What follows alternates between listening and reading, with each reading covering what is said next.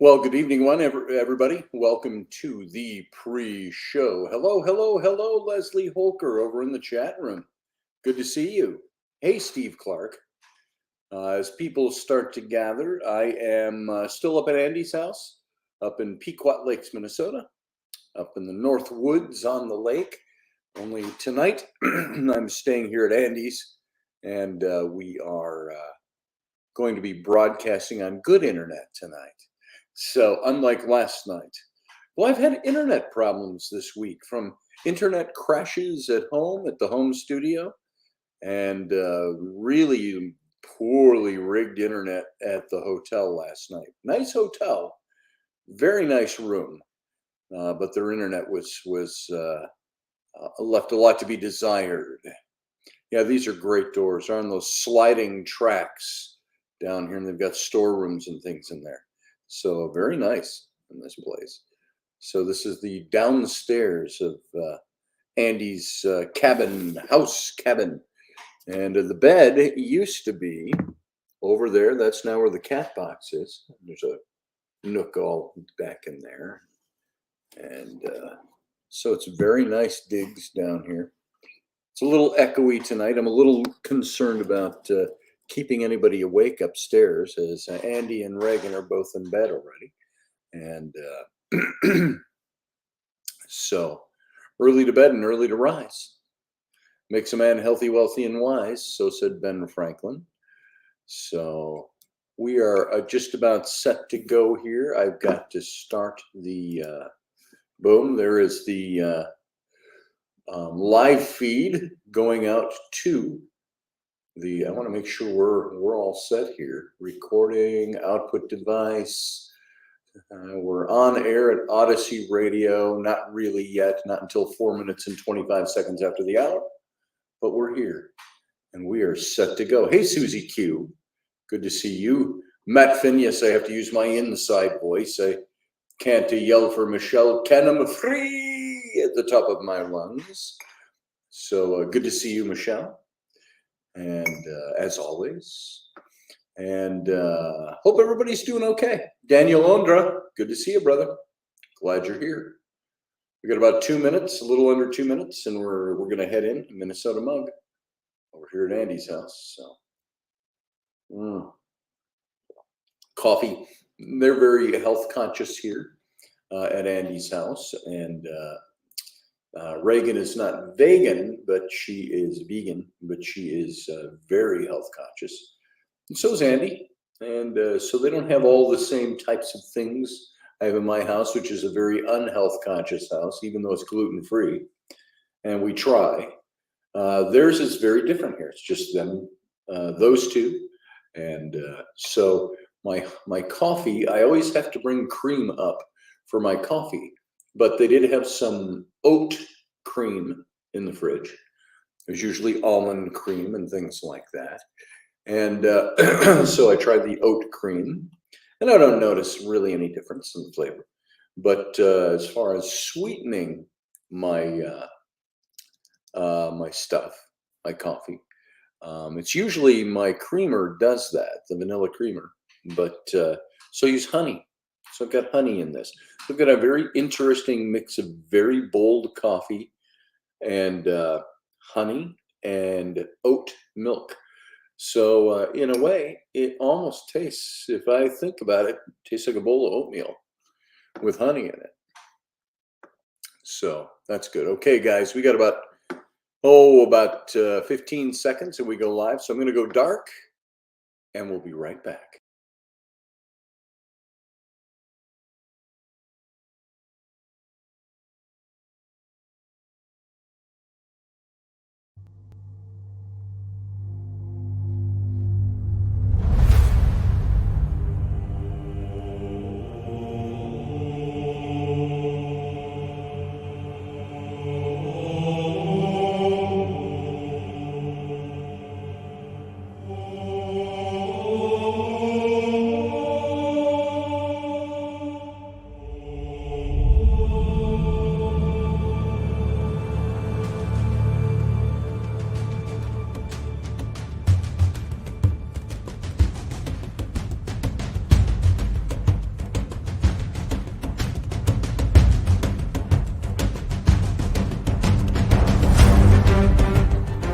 Intrepid radio program with Scotty Roberts.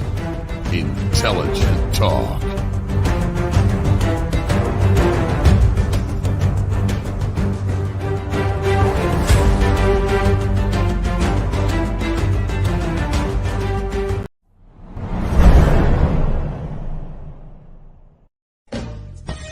Are you looking for a really awesome and amazing graphic designer? How about an illustrator or a photographer? This is Rainey Roberts, and I wanted to tell you how you can get my designer, illustrator husband, Scotty Roberts, to work for you on your project.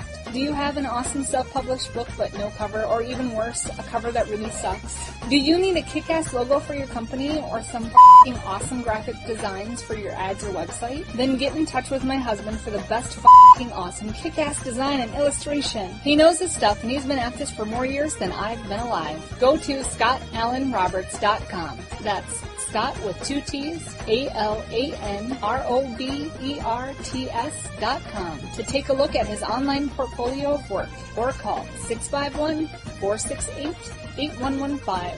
Now go out and kick some ass with some kick-ass graphic design. Hire my dad so he can take me to Disneyland.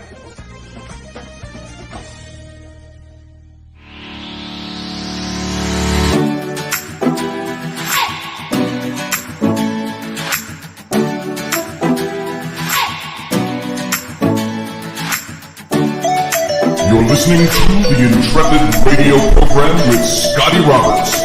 Intelligent talk.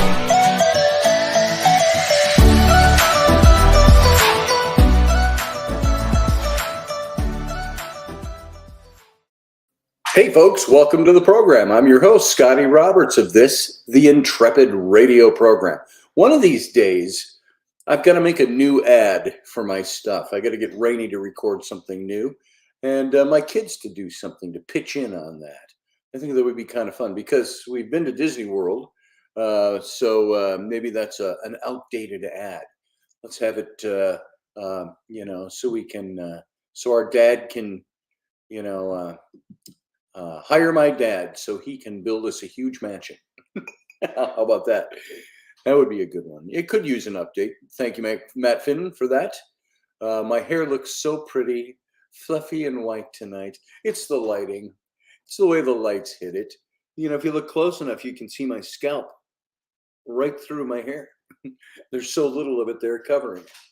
So I'm going to go get a haircut. I need a better haircut because I've got old man hair right now. I've got old man hair that's thinning and it's white. And, I was just talking with my friend Andy today. And I said, no longer, and Kenny Ballos, KB, over on Morning Coffee with KB. We were talking about the older we get, the less we turn the women's heads. And now, let me to qualify that. I don't need to turn any women's heads. It's just a nice thing to know. You like to know you're attracted. You might like to know that you look good. And you look good to the opposite sex, unless the opposite sex isn't what attracts you, and so on. I don't need that. I've got a wife that I love, the love of my life. And why would I need anything else? I don't. So, but it's still nice to know. So thank you, Leslie, for recognizing my fluffy white hair. I appreciate that. At least I have hair, Steve Clark says. Maybe not for long. Because it's going, man. It's going. I was sitting here like this. I was talking to Rainey earlier this evening right here with this very same camera. And it just seemed like my hairline is so far back here now. And pretty soon, that's going to go. And then I'll be shaving it. So, but this is the topic for tonight, too. It's the way we look. Is the way we look important? I think it is to a certain degree. It's not the end-all, be-all factor of who we are or what we're about, but it's always nice to look good. It's always nice to look pleasing to other people. It's like I tell my sons, the first impression you give. Andy's wife, Reagan, today was telling me about, they were out at a business meeting together and they met, it was a producer for PBS, I think. And I was interviewing Andy, and she said he was a gorgeous, elegant looking man. He was a black man, and he had gray dreadlocks, but he was all neat and trim and clean and fit. And she said he was wearing a bow tie and stuff like that. And she described him, and I said, there is something about giving an impression the way you dress. I could dress really frumpy if I wanted to, and that's just, throw on my sweatpants and a t-shirt and whatever, or a hoodie, and go out and do my stuff. That doesn't matter. But when I go out to meet people, when I fly, when I go places, when I go to Egypt, there was a certain persona that I wanted to have about myself. And so I would dress, when I go to Egypt, I would wear usually blue jeans, but rolled up at the cuff with my would be like hiking boots, but they're not, a little more elegant than that. A black boot that laced up, and I would wear a nice shirt and a vest, usually like a plaid vest that buttoned up, a waistcoat as they would call it, and a tweed jacket, and maybe a scarf. You throw part of the scarf over your shoulder, and of course my fedora. And that was the look I wanted to have and to portray. And I heard one of the stewardesses or flight attendants on the plane as I entered, and she said to one of the other attendants, and she meant for me to hear it, she goes, "Oh, now there is an elegant man." And I thought, well, thank you. Because that was the persona I wanted to put forward, that I could look frumpy if I wanted to, but I wanted to look nice. I wanted to look neat. I wanted to present myself, put your best foot forward, your best face forward. And I have a lot of people that I know that are like, well, I don't care what people think about me and how I dress and so on. And Rainey and I dress that way sometimes. We just go out and do our shopping and stuff and are digging around or rummaging, and we're just dressed for, well, like I am now. Put on a pair of khakis and a sweater or something, or a t-shirt. So t-shirt and blue jeans, Steve Clark. You could wear a t-shirt and blue jeans and throw even an older, if you don't have anything, you throw an older little tweed sport coat over that. Boom, that's class, man. Even with the t-shirt. Looks good. It's sharp. So I wanted to talk about, and I only because I heard somebody, I saw somebody online. I just passed over somebody's site I'd never talked to before that I can remember, and they were asking a question. No, I knew who it was. Jen Leah Butler, and she was actually asking a question. Somebody answered it that I had never spoken with before, and she was talking about the man bod thing, or the dad bod thing. It's all the rage out there and has been for the last 3 years. She said, well, what about the mom bod? And I like Jen, and I knew where she was coming from. At the same time, that kind of question makes me bristle a little bit when I hear it in general out there. If it wasn't a friend saying it, because it's like, it's become something where the feminist movement or the women's movement or so on and so on, whatever you want to call it, has become so all important that it will degrade or not allow men any longer, politically correct to speak, to have anything that's different than a woman. And I think that there are great differences between men and women. I think men can look elegant, men can look beautiful, they can get themselves, and you don't have to be, effeminate, as they used to say, in order to dress well. You can be a man's man and dress well, guys. Same with a woman. There's nothing wrong with a woman dressing beautifully, looking good. Doesn't mean that you're pristine and that the wind can't touch you and, oh my goodness, you can't get a scuff of dirt on you. It's not that. It's that you dress. Some of the elegant clothing for women that I like, that is almost like day-to-day stuff. Rainey doesn't like this stuff as much. I like looking at like Cowboy and Indian magazine. It's a Western magazine. It's full of ads. the old, not the Old West, Western, think not rodeo, but think living out west, Santa Fe, places like that. And the women have on the long skirts that are sometimes really colorful, and the little jackets like the bolero, Don Diego de la Vega, type of short coat, and the scarves and stuff. I think that's kind of cool. Doesn't have to be that Southwestern style. But here, before I create a rabbit trail that's hard to get out of, all I'm saying is that I think men can dress well and women can dress well, even when we're not out there to be elegant, and you can't have dirt on you. You can't spill your coffee, although none of us like doing that anyway. It's just looking good. And we all have, and the point below that, we all have a reason for doing that. I do a radio show. Radio didn't used to be broadcast in video, and of course it is now if you simulcast. I have to make sure, my hair's combed, that I put stuff in my hair to hold it in place, or that my beard is trimmed. I'm growing the beard out a little bit, and maybe the big mustache, and I'll do if I'm patient enough and don't shave it all off, with the little waxed edges and stuff, and try to get a good look going. And I have to do that for radio now.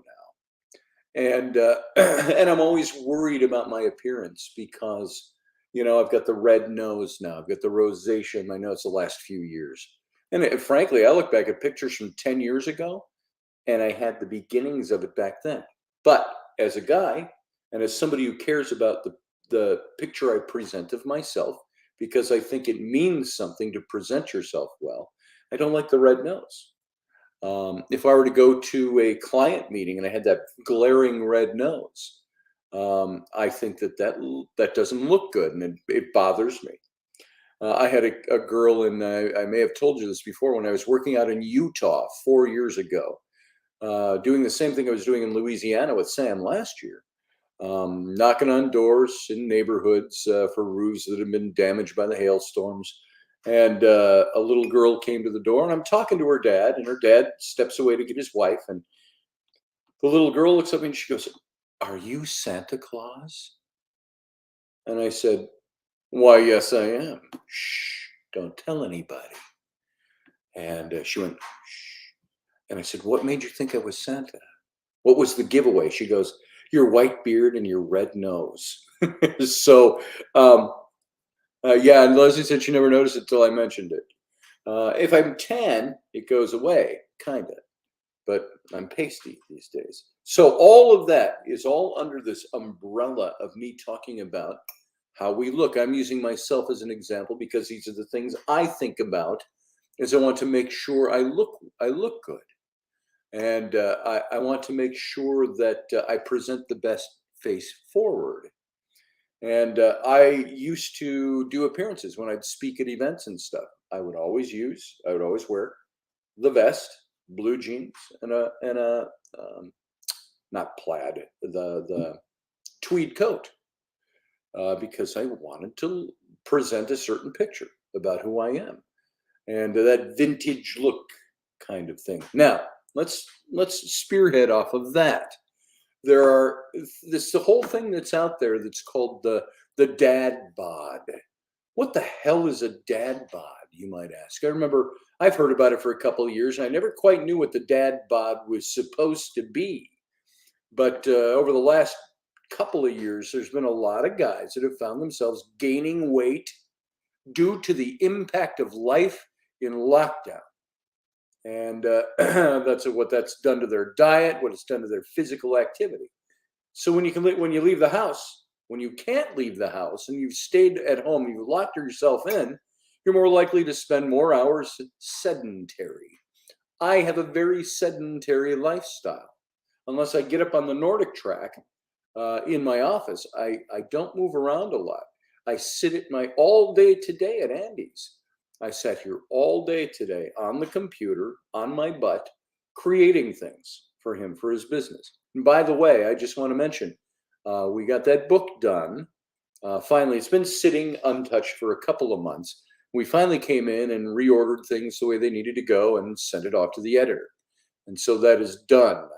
Andy's new book, and I've entitled it 20 Years From Now.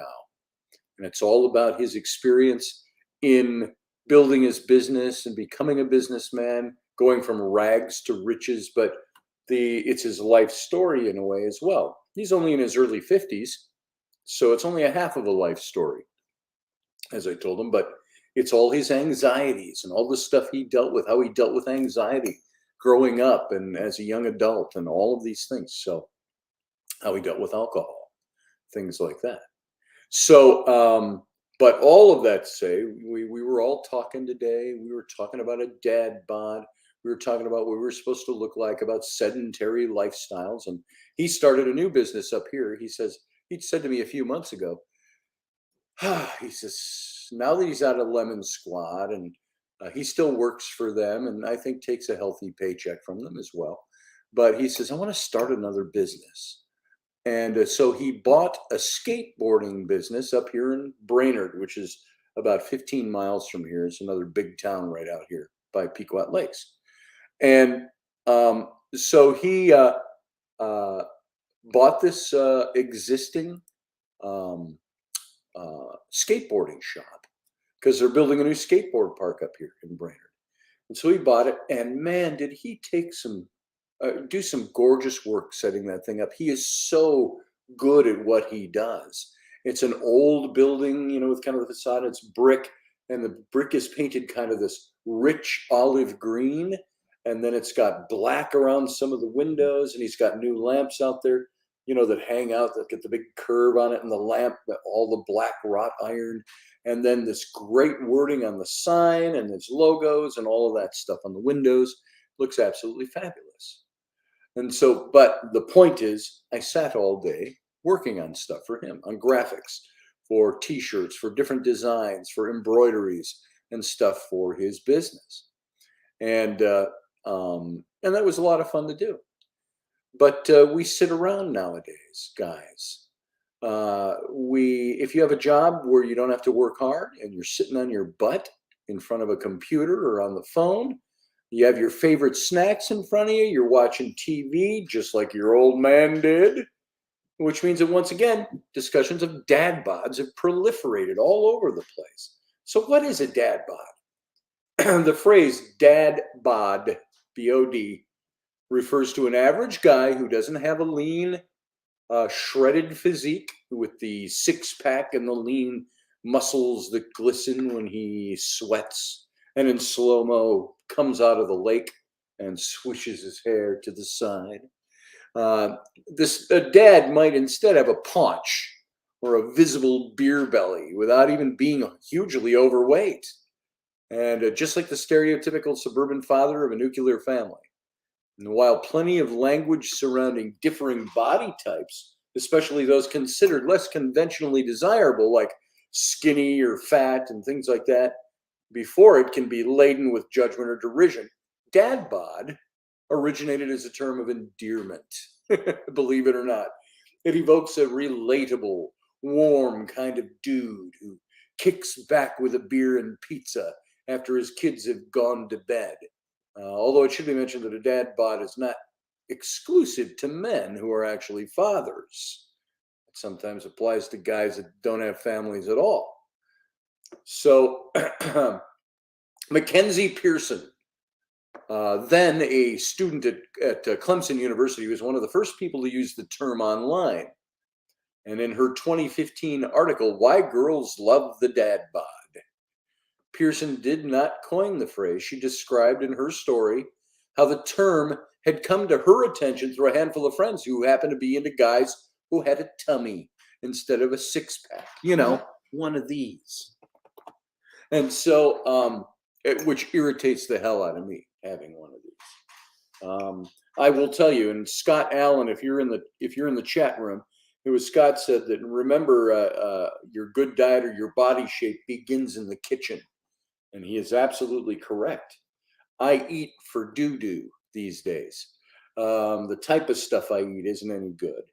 A few good things, but Rainey is the one who does better than I do. But she's put on a few pounds too. And it really is bothersome to her. And I think the key for us is going out and getting exercise, eating as better food as we can. Talk to Doug Stack about that, Grumpy Stack. He'll set you up. And so these are the things that start to identify what a dad bod is all about. And this Mackenzie Pearson, she said she and her friends were like guys with a tummy instead of a six-pack. But her piece, which went viral, certainly helped to popularize it. Now, plenty of men at the time responded really warmly to the notion of the dad bod. You know why? Because many men had the dad bod, feeling it to be largely positive descriptor for their body type at a cultural moment when the swole male, S-W-O-L-E, the swole male physique was experiencing an asset in media propelled by the rippling muscles of actors, like the Chris Hemsworths and Evans and all these actors that are out there, and they show off their six packs. If I had a six pack, I'd show it to you right now. I'd stand up and I go, look at my six pack. See, ladies, there it is. There's my six pack. But I don't, and I will spare you the horror of what lies beneath these clothes. But in the half decade since we first heard about those two words, dad bod, they've been so frequently used and in so many contexts that their definition has evolved, with some people applying higher restrictive caveats and conditions to it. The dad bod is about being fit enough. That's what it's about. By the way, I'm drawing this information. This is all in an article at Men's Health, which is a magazine I used to get, until I decided I'm not doing anything in this magazine that I should be doing, and I stopped subscribing to it. I pick it up every now and then, but that's where I'm getting this information.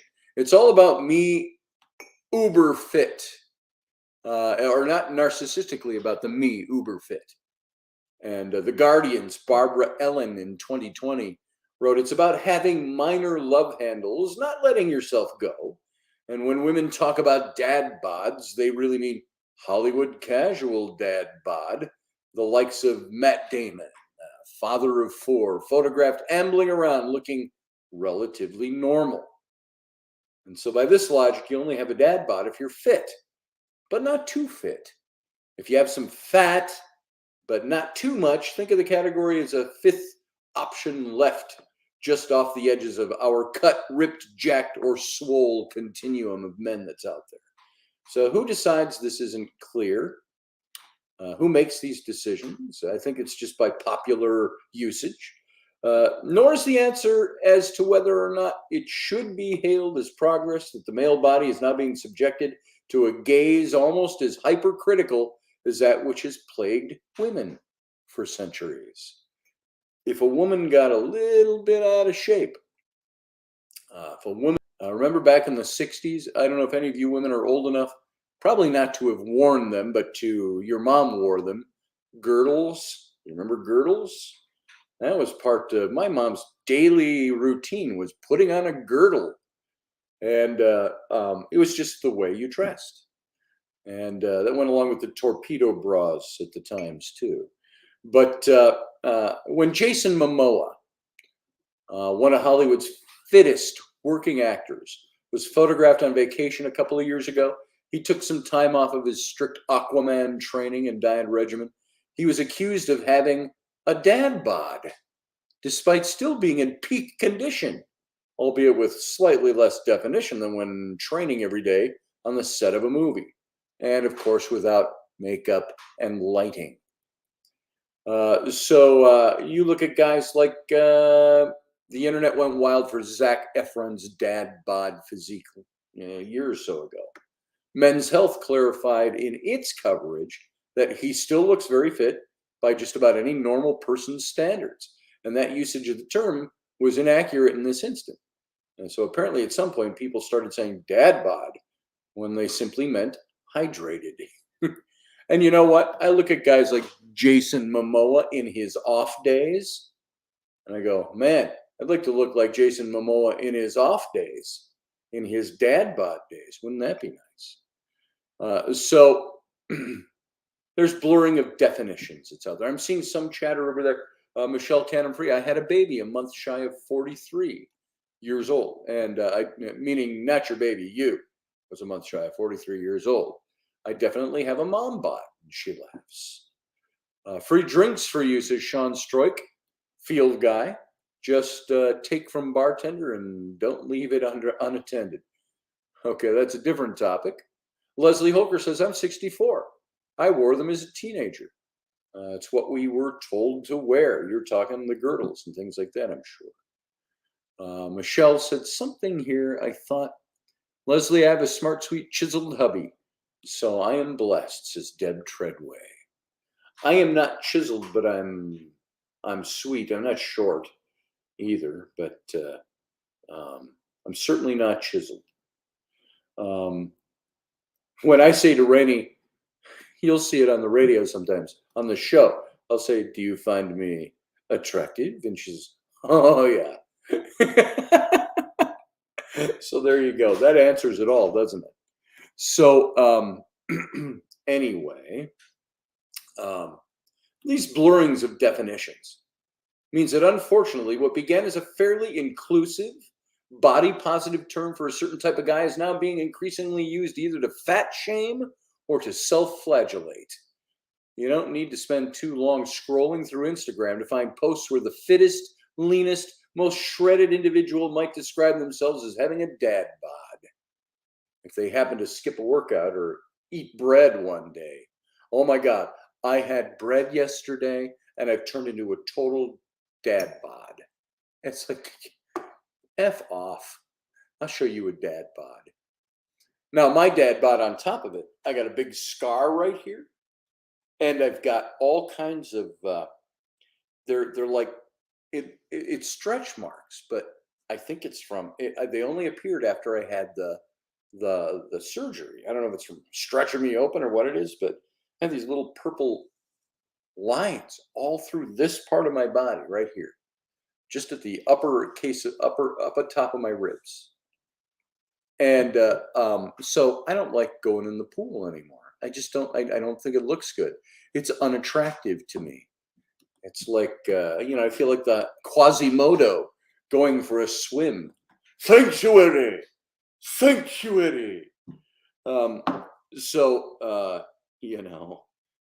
That's the way it is. And so if I had a body like these guys that are all ripped and said, I had a piece of bread yesterday, so there goes my physique. I'm now a dad bod.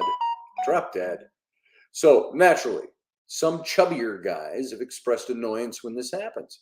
Thin, fit bodies are already centered and rewarded in media, in our culture, without one of the few positive physical descriptors for fat people being appropriated by those guys too. The slang term thice or thice, T-H-I-C-E, thick, T-H-I-C-C, thick, is frequently misaligned in similar fashion. So it's likely that this trend has started out as an exercise in irony. What's worrying is how, in true internet fashion, the way a word is used can end up warping how it's interpreted, and subsequently how a person perceives their own body or the bodies of others. Now, there's a point here where I have to say, full stop for a second. You can say whatever you want. If you are swayed by internet opinions of generalizations of body types, you might be a little too self-conscious and you might need to get over it. Don't get offended by that. Don't appropriate that offense. It's not yours to be offended for. But the relationship between social media and body image is already so fraught. What damage might it do if somebody already struggling with self-confidence, if they see a swole fitness influencer complaining about their own dad bod? Because you know what it is? It's the station in life you're in. It's the status in life, the place in life. If you've attained total body fitness and you've got the six-pack and you've got the lean muscle and you're out running or walking every day and exercising and doing what you're supposed to and eating right, having avocado flour toast for breakfast and some kind of vile something else for dinner, because it keeps you in good shape. And you wash it all down with 9 gallons of spring water every day. And then one day you had a jelly bean or a handful of jelly beans. And you're like, oh, I've gotten so fat. Oh, I've ruined my body. It's all the place you're in. I know when I was biking 12 miles a day and I was eating all the right foods and I was, 60 pounds lighter than I am now. That's the time I met Rainey. And if I would eat, somebody offered me a cinnamon roll once and I said, no, I can't eat those. And they said, come on, live a little. You look good. You've been in good shape. You're more. Okay, I eat it. I ate that thing and I was like, oh my God. And I starved myself for the next day because I didn't want to lose the progress I had started. It was all mental at that point. So while everyone's relationship with their own body and their approach to fitness is a personal and a unique thing, the same can't necessarily be said of language. Words have meanings, and those meanings matter. How do you lose a dad bod? The short answer is you don't have to. If you want to lose some weight or work on your fitness because it's something that's going to make you feel happier or healthier about yourself, then have at. And some characteristics of the dad bod, namely the belly fat, could potentially lead to risks down the line. So taking the initiative to get more active, to improve your quality of eating, your quality of life, wouldn't be a bad move. But weight and body compensation are not the only indicators of health. So I've heard of, I don't personally know any, but I've heard of people who are in prime condition. One day was out running and fell over dead of a heart attack because they had a heart condition they didn't know about. So if you like the way you look, if you enjoy the dadness, guys, of your bod, then keep on doing what you do. You don't have to worry about it. There's nothing to worry about. But then there's the other question. Why women are more accepting of dad bods than men are of women bods or mom bods. This is where the title I put for tonight's show kind of kicks into place. Is there a double standard when it comes to dad bods? It's cool if I got a little fat, I'm a little middle-aged coming on, and I got this stuff going on, I'm not in shape. But man, if our women are that way, she'd be like, honey, does my butt look fat in these jeans? Do these jeans make my butt look fat? And the guy would say, no, your butt makes your butt look fat. That's the wrong answer, guys. You could be going sexless for a year for that one. So while dad bods might be trending right now, the overall concept is nothing new. Women are cool with their significant others not looking like, I don't know. Think of Chris, what's his name, from Guardians of the Galaxy and Jurassic Park. Chris Pratt. My wife always teases me with, well, I would leave you for Dwayne Johnson, The Rock. She said, but maybe just for a while. And then I'd come back. And, my wife doesn't seem to be too bothered. Now, if I got unhealthily, slovenly, sloppy fat, which I feel like I've got a little bit of that going on right now, it's that below the navel type of fat that even guys get when they don't eat right and take care of themselves by working out. I think my wife could be, we're going to take care of that. And I might retort with, you put on a couple of pounds too, let's go take care of that together. Let's go do that. Then that's a good thing. But overall, women seem to be a little more accepting. Oh, The Rock switched to Biden during the campaign. He lost me. Leslie, I think Rainey's in that same boat. I'm talking a few years ago. She used to say that about The Rock. I think she's probably changed her position on that. But women seem to be cool with their men.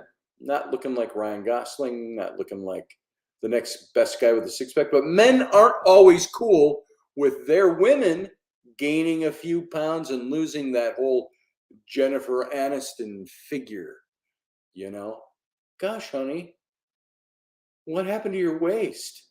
Any guy saying that should be taken out and shot in a pasture and buried in a hole.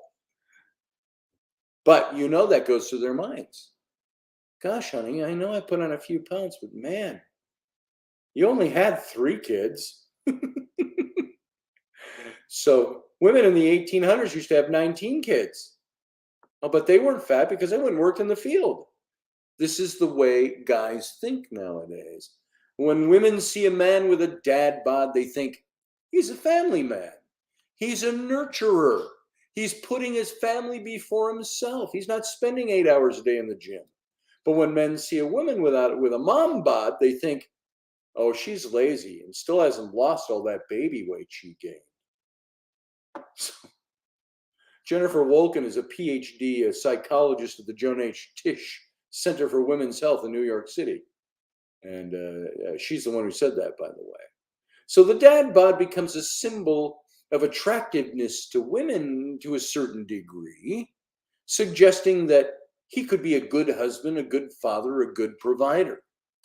Wolken says, maybe my wife would be easier about my fat roll if I had a fat roll in my pocket, if I was making the earnings. But when you're struggling along, sometimes the fat doesn't go along with that. But for the most part, women look at a guy with a dad bod and say, he's probably a good provider. He loves his family. He's home with his family. He's not out gallivanting. He doesn't do things. He loves his wife, et cetera, et cetera, et cetera.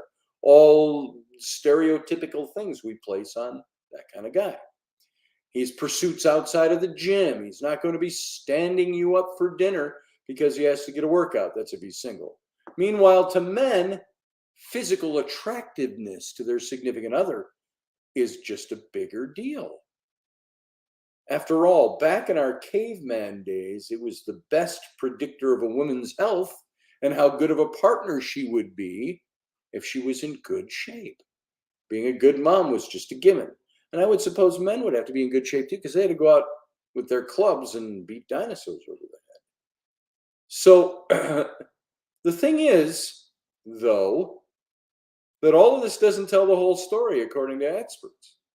Women judge themselves more harshly than most men ever will.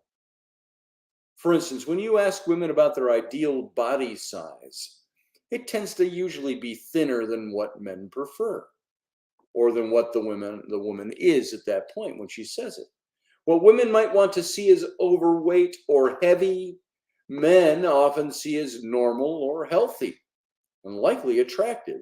So says Kristen Carpenter, PhD, Director of Women's Behavioral Health at The Ohio State University Wexner Medical Center. Now, here's the thing. Way deep down, we know it, says Leslie Heinberg, PhD, Director of Behavioral Services for the Cleveland Clinic's Bariatric and Metabolic Institute. She notes that women idealize bodies that are even thinner than what they think men prefer. So basically, if your guy likes a gal who wears a size 8 pair of jeans, you probably think he likes a size 6, and you want to be a size 4. So, and that's the way it goes. Deb Treadway says, I'm right. Thank you, Deb Treadway. I appreciate that. Women know what other women are that other women are critiquing them behind their backs, says Leslie.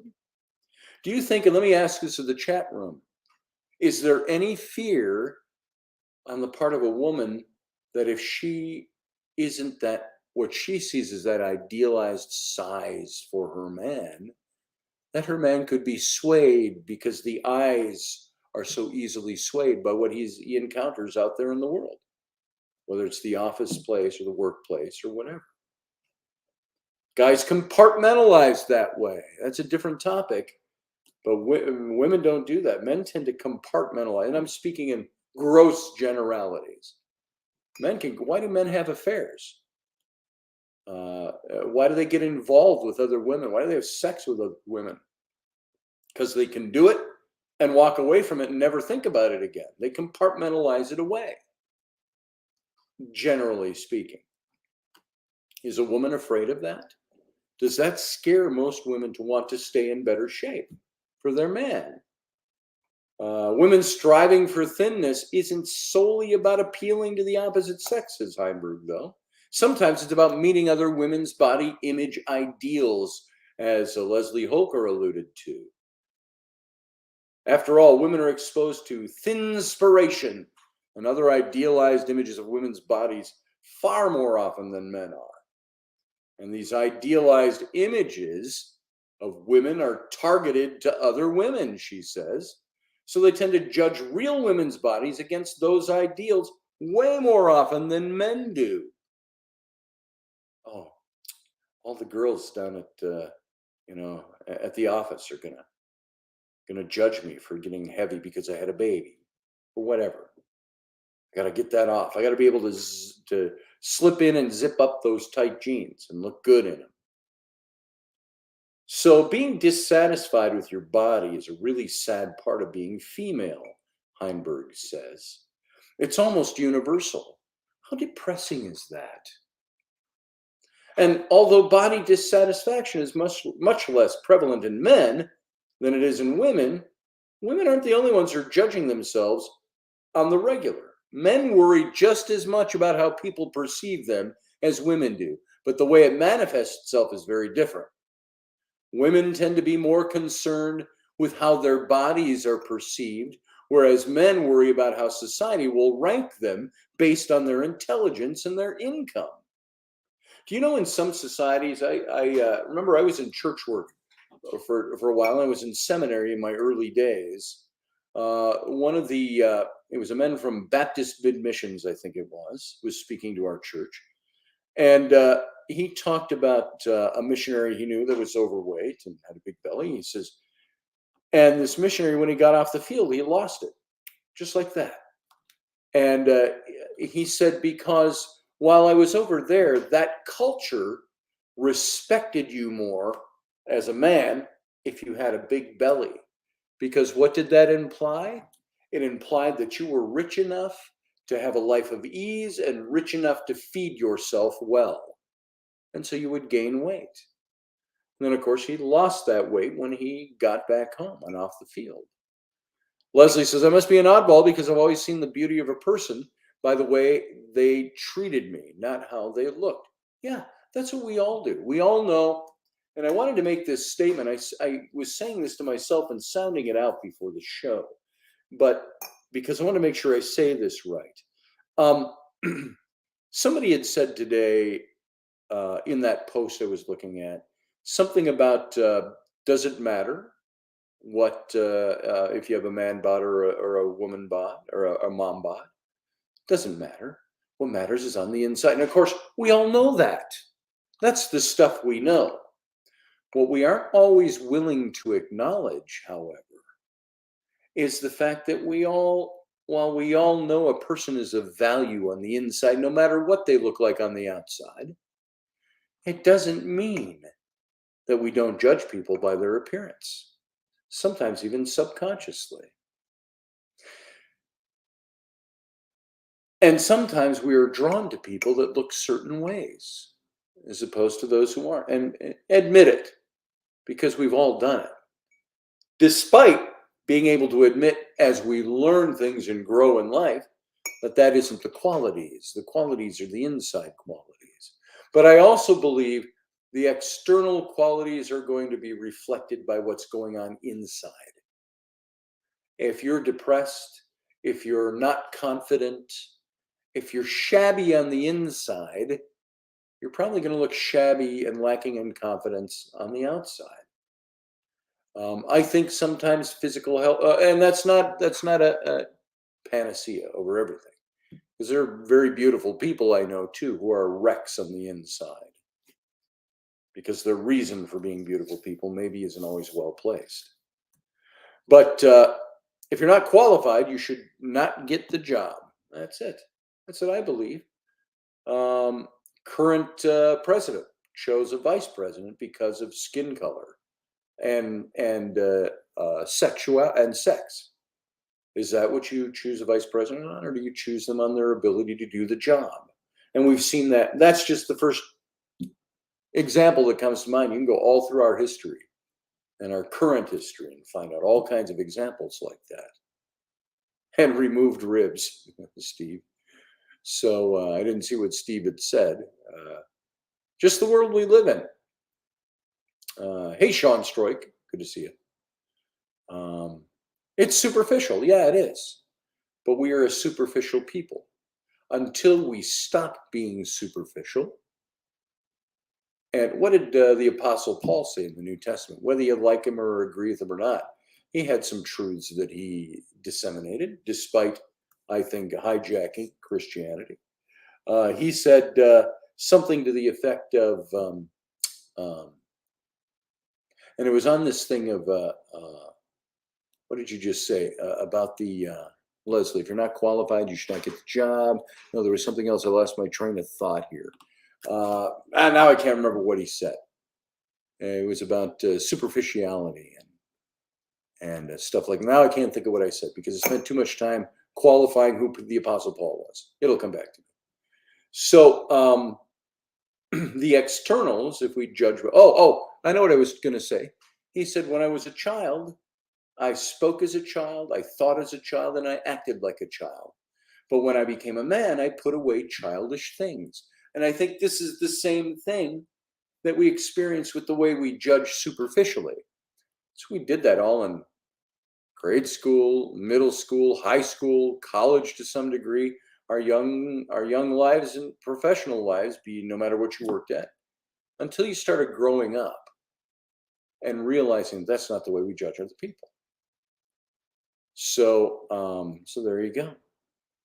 So all of this is to say something along the lines of mom bod could be a thing if women would, okay, women don't go apeshit on me, if women would ease up on the rigid standards they hold themselves to. So why not lead the charge and make a conscious effort to stop idealizing super thin bodies, both when you're talking to others and just in your own mind. I look at my own wife. My own wife is somebody who is very outgoing to a certain degrees. My own wife, as Dave Potter would put it, Uncle Dave in the chat room, whenever she does something or says something, or I'm telling a story, he goes, Olson. Well, Olson is her maiden name, her birth name, if you prefer. But very outgoing. Never had any problems flashing her boobs. Never had any problems feeding a child in public. Never had self-conscious self-issues. And I think she didn't need to be. Absolutely gorgeous by societal standards. But after 3 children, being in middle age now, she believes she's lost a bit of that edge. And she's not bemoaning it. She's not like, oh, what are people going to think of me? She doesn't think that. She just goes, I'm fat now. And she just lives with it. And she goes with it. I get that. But she knows what she is supposed to look like. She strives to do her best to stay healthy, to eat right, to exercise. She's constantly busy, which isn't the same as exercise, by the way. Anybody out there? It's not the same thing. And so she is not trapped in that I must look a certain way. Although there are certain standards she would like to achieve again. And it's same with me. And so we'll just do them together. Because we want to look good. She wants to look good for me. I want to look good for her. And I want to put a good foot forward out there. I want to not impress anybody with my lovely 6-pack. And that's all that you're going to see of it right there. See that? See that little tiny bit of skin? That's all you're going to see of my dad bod. So, Grumpy Stack, I was hoping you'd finally pitch in on this. It's all about nutrition, not all exercise. That's right. And so, Rainey comes from hardy stock. Rainey is built like not just a brick shit house, but she's built like a lumberjack at the same time. It's that Finnish blood, I think, in her.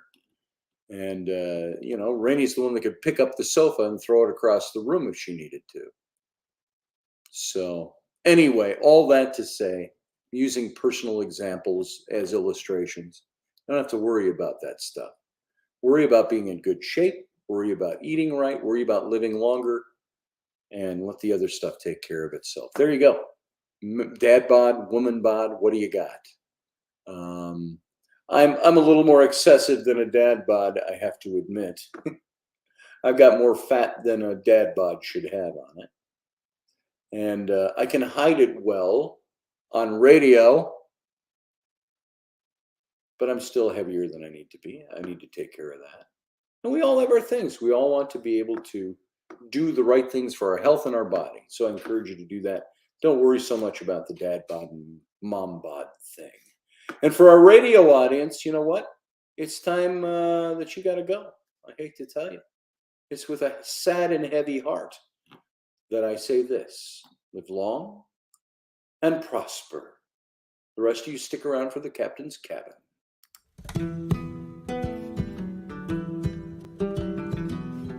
Join us every weeknight at 9 p.m. Central Standard Time, 10 p.m. Eastern. The Intrepid Radio Program, a Scotty Roberts Productions broadcast.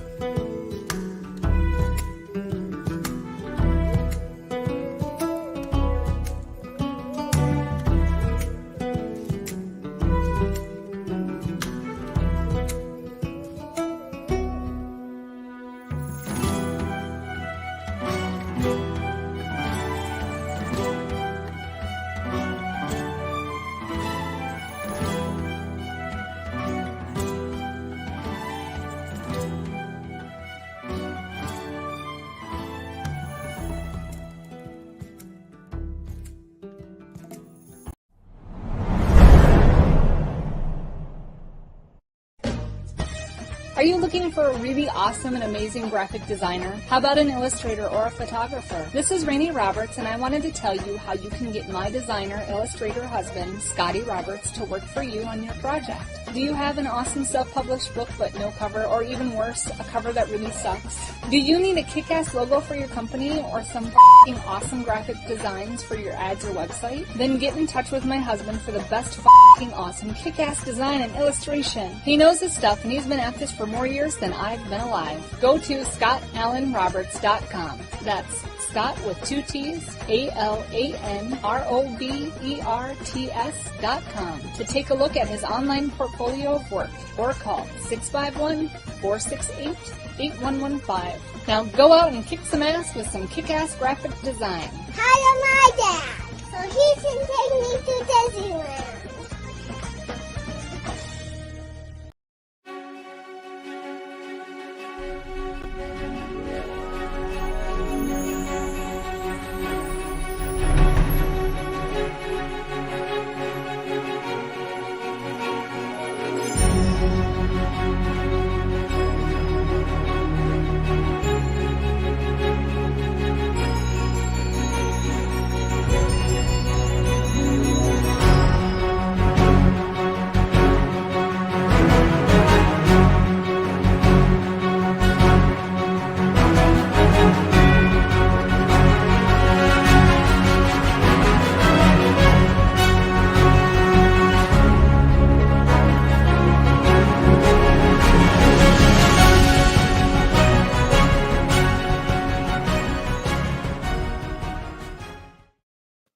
And Mars it shall be, Sarah Yusuf and Yosef. I got to get that right now. Now it's going to be forever a thing that I think about. I got Doug Stack hanging in the wings. We're going to bring him in a second here. But welcome to the Captain's Cabin. If this is your first time here, this is the post show. We tend to go an hour, but it doesn't have to be. Sometimes it's 10 minutes. Sometimes I don't want to do 7 minutes. I'm tired. It's been a long day. And other times I could go for a couple of hours, although it's been a while since we did that. I tend to cut it off at about an hour. But tonight we'll just go until we feel like being done. And that could be very soon because I don't feel like going much longer. So welcome to the Captain's Cabin, our after show. I'm going to bring Doug Stack in right now. Smile, Doug, here you come. Boom. There it is. How's it going? It's going. How you doing? Pretty good. I didn't hear most of the show. I think I clicked in at 9:30. Okay. And it was real low because my wife was watching Heartland. Oh, Heartland. So I Yes. decided to go outside because I heard the topic and I was like, oh, you know what? I need to chime in a little bit. Sure. Um, Yeah. You of all people. I mentioned you a couple of times. oh, The other I'm day. sure you did. But I just wanted to say I lost 2 dad bods, and I still got a dad bod. There you go. There you go. So you were unique. You came equipped with 3. Yes. No, So but honestly, what I was looking at. Oh, before I get to that, yeah. about Florida. My stepson went down to Florida today with the construction crews, Hmm. and he's gonna be working for. They said minimum a month, probably 3 months. That's the kind of thing we did when we did the roofing. When I met you, we were Yeah, down there after the hurricanes that hit Lake Charles. yeah. I have a bunch of friends that were in Florida, and where my son's going is Fort Myers. They got Mhm. destroyed. That's what I heard. 9 foot waves, a 9 foot surge, and Unbelievable. yeah, within like a couple hours, it was 6 feet of water in people's houses. So Wow. By the way, I'm just seeing what Sarah just said. One of you ladies should go into the cabin and represent. I agree. I second that. One of you ladies, come on in here. Call the show.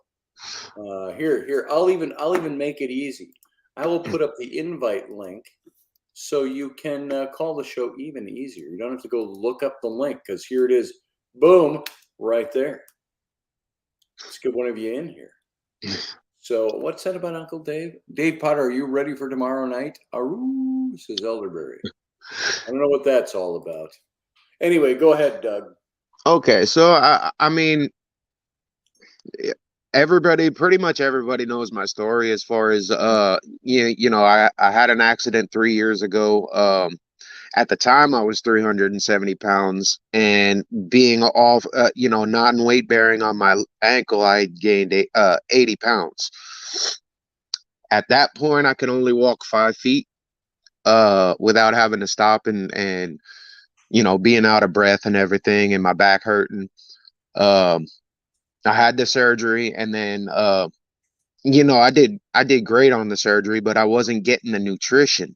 Yeah. So you know, the beginning of this year, from January to April, I was 232 pounds, and I was comfortable at that weight. Mm-hmm. The problem was I wasn't feeding my body the right way. See, and I'm not far off from that point Hmm. on the grand scheme of things. I'm in the 252 range Yeah, right now. So and, that's and about but where I am. And I could lose 60 pounds. but you're also about 4 to 5 inches, maybe even 6 inches taller than me. That's true. That's true. So I mean, it looks better than you, better on you Good than it night, did Leslie. on me. Good Sorry. night, Leslie. But yeah, no, it looks better on you than it did on me because I was at one point I was rounder than I was tall, you I know, get that. and honestly, when I jumped on the program that I'm on now, it was for the simple fact that I needed to eat because I was maintaining the 232 pound frame because my body was in starvation. I'd Right. go I'd go all day not eating a thing. I would drink Red Bulls, and my one meal a day was 3 of those string cheese. Yeah. Yeah. And my wife said, "You know what?"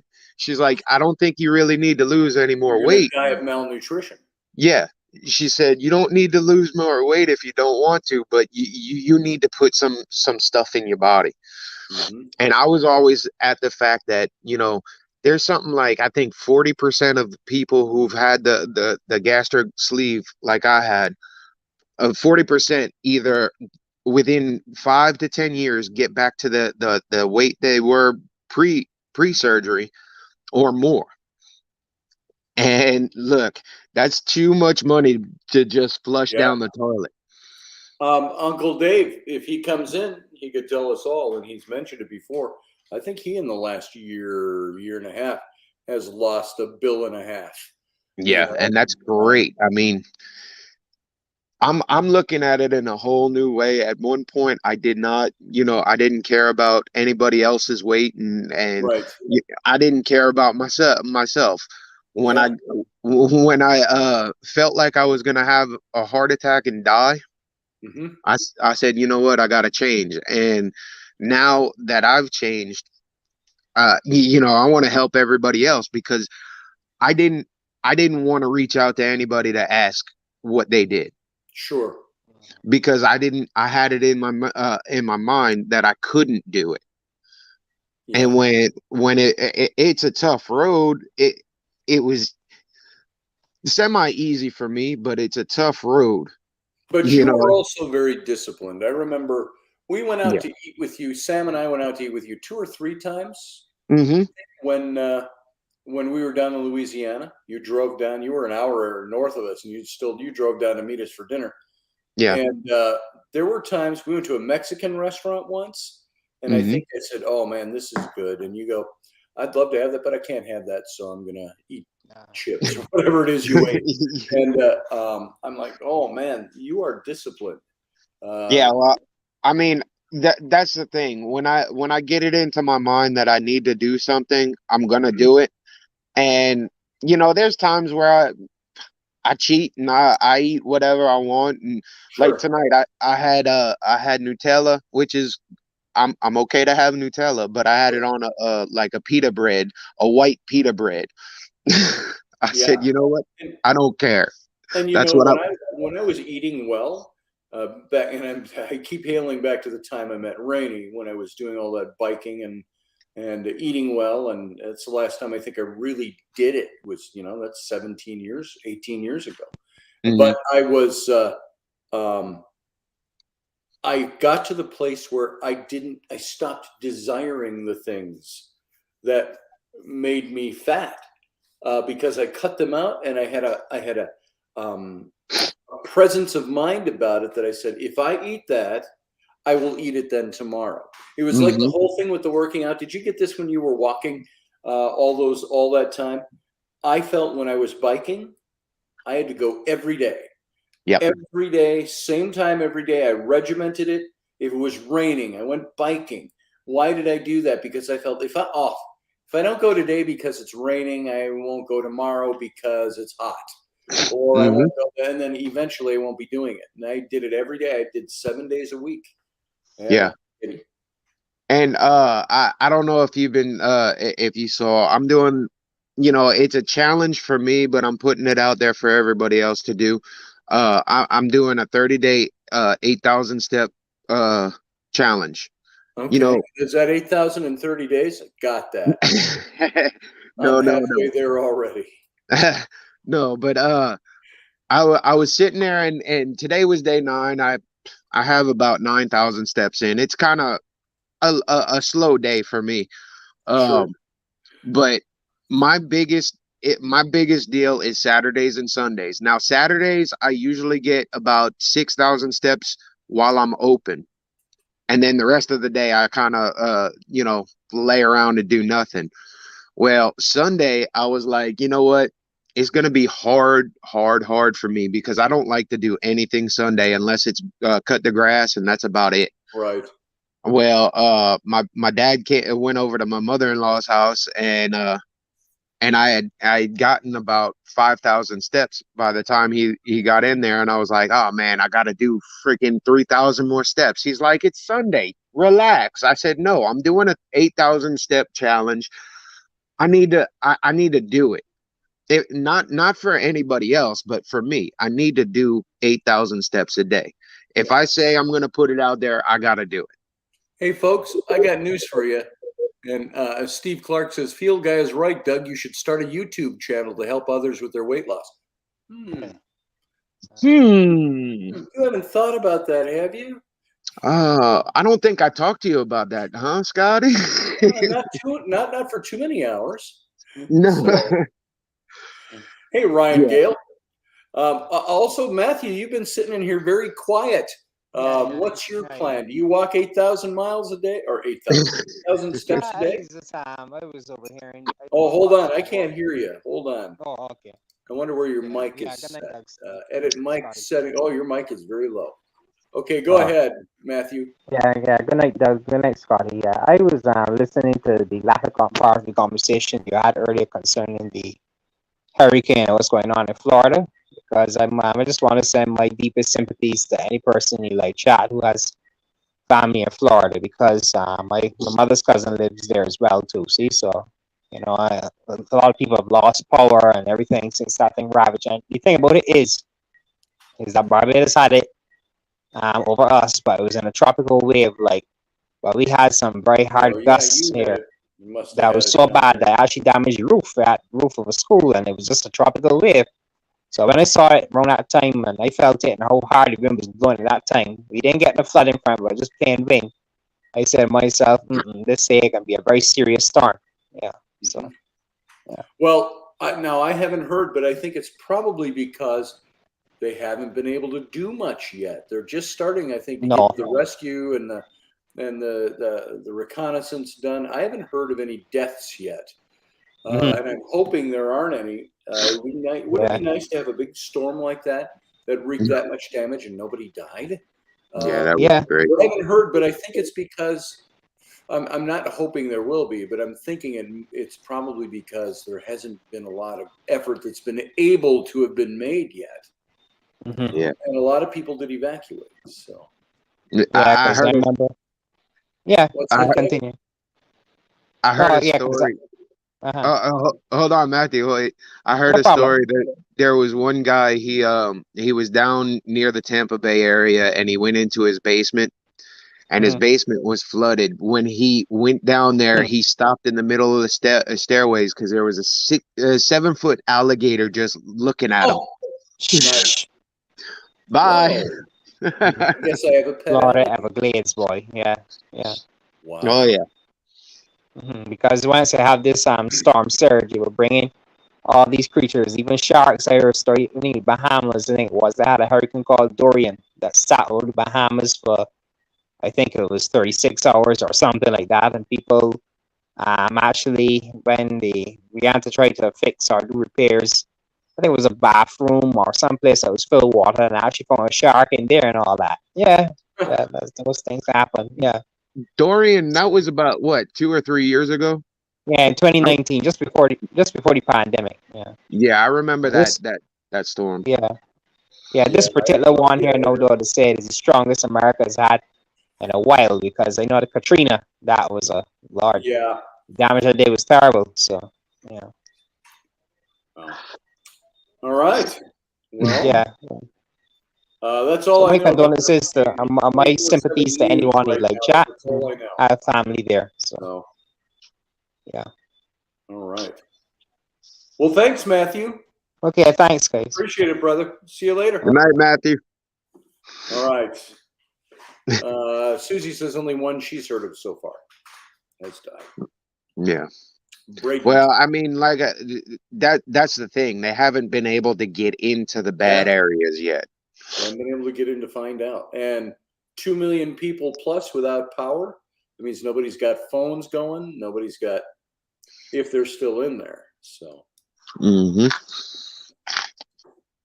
Sean Strike says I moved from there when the 3 were coming in, August of 2004. Yeah, just another strike against the deep south for me. I don't want to live on the Gulf Coast. I'll visit it, but not in hurricane season. So. Yeah, it's pretty bad in hurricane season. Like today, I've been cold all day. The high today here was 78 degrees, and we have a north wind blowing, and my door opens up to the north side. And man, I just couldn't get warm today. 78 degrees feels cool, because up here it just shows you the climate difference. Up here. 78 degrees is warm. We had 90 to 100 all summer long, but then it drops down to 72, which is supposed to be the perfect temperature, and it's really nice. But then before we start feeling cold, it's got to get down into the lower 60s. And Well, then you start going, I'm going to put on look at me, I'm wearing a sweater today. So I was stupid. I walked out this morning in my Crocs shorts and a tank top, and it was 51 degrees. Look, did you I stub opened your toe on ice? the Cajun ice, yeah. No, but I immediately ran back in the house and put on a little beanie and a sweater. Yeah, nice. Yeah. So my kids will go to school in shirt sleeves in this weather. I And I'm was like, driving I was driving through Wisconsin one time. There was I'd say about 9 inches of snow on the ground. And I drove past the school. It was -4 degrees, and the kids were out on the playground playing. yeah, When it drops to 50 here in Louisiana, the kids don't go outside. our kids will go out and play in -10 degrees. It's just you Yeah. pack them up and you say, come in the house. If you get cold, don't get, you can get frostbite in some of that pretty quickly if you're not careful. Yeah. Yeah. So, yeah, it's all climate, stuff like that. Oh So, yeah. anyway, Tornado Alley, Steve Clark lives in. Hmm. He says he'll provide at least 1 6-pack of beer. Nice. There is this place at the Minnesota Historical Museum, I want to say is where this is. The Minnesota Historical Society. There is a room that you can go in, and they built this room as if it's like the basement of a house.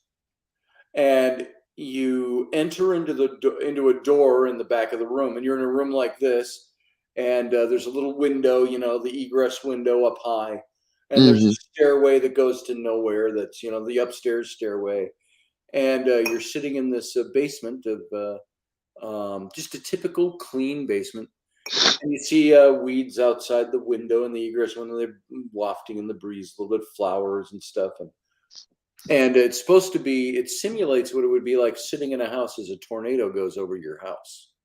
It doesn't rip it apart.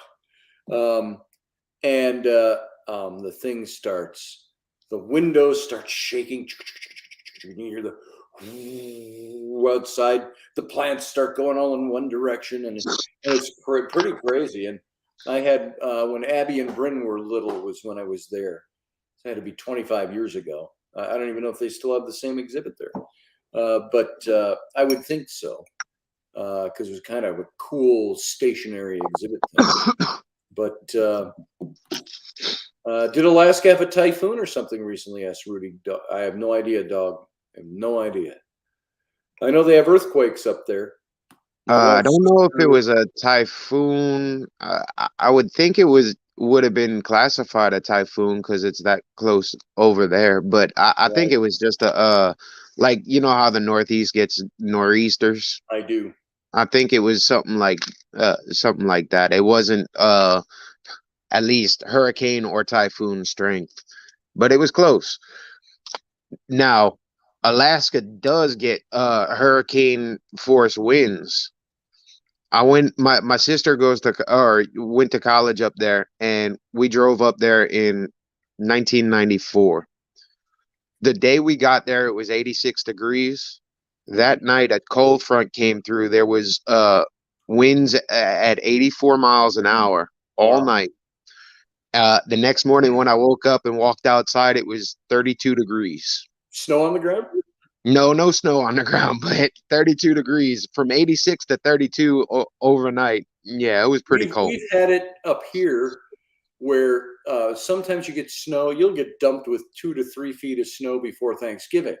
And but we've had sometimes where we go almost all the way up to Christmas without snow on the ground. And I remember when we had the ranch, riding my horse at 52 degrees outside on December 5th. I don't know why those numbers stick in my head, but they do. And I was out riding. I had on a denim shirt and a little turtleneck underneath.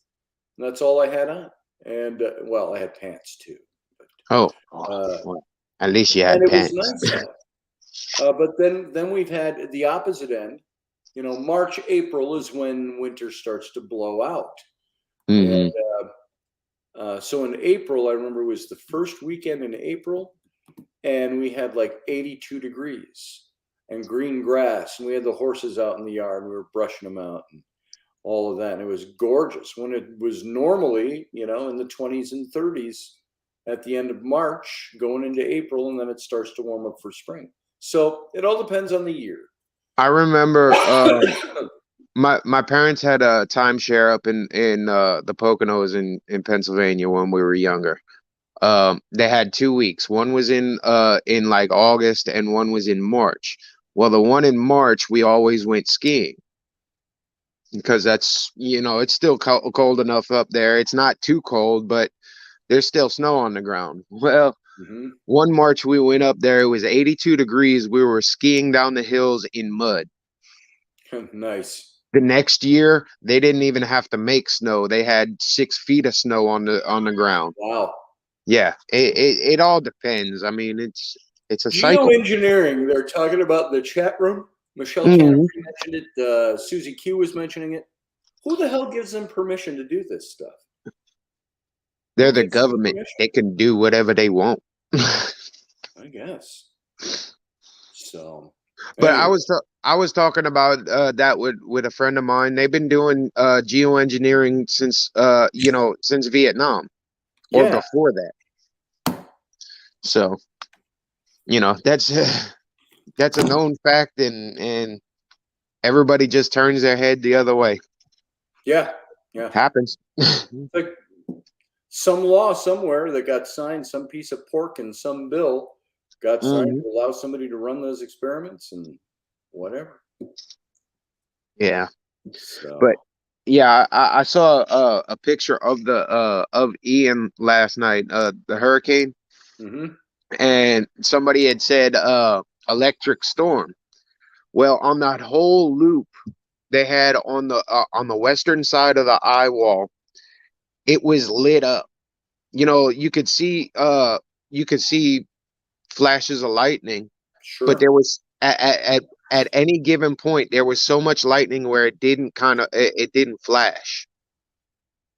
There was so much lightning right on that western side eye wall, and so I posted a comment. I said, "Harp at its finest." And he said, "Yeah, that could be." And he's like, "It's also due to the sun because there was a massive coronal hole that had to kind of come around, and there was a CME that blew out of that."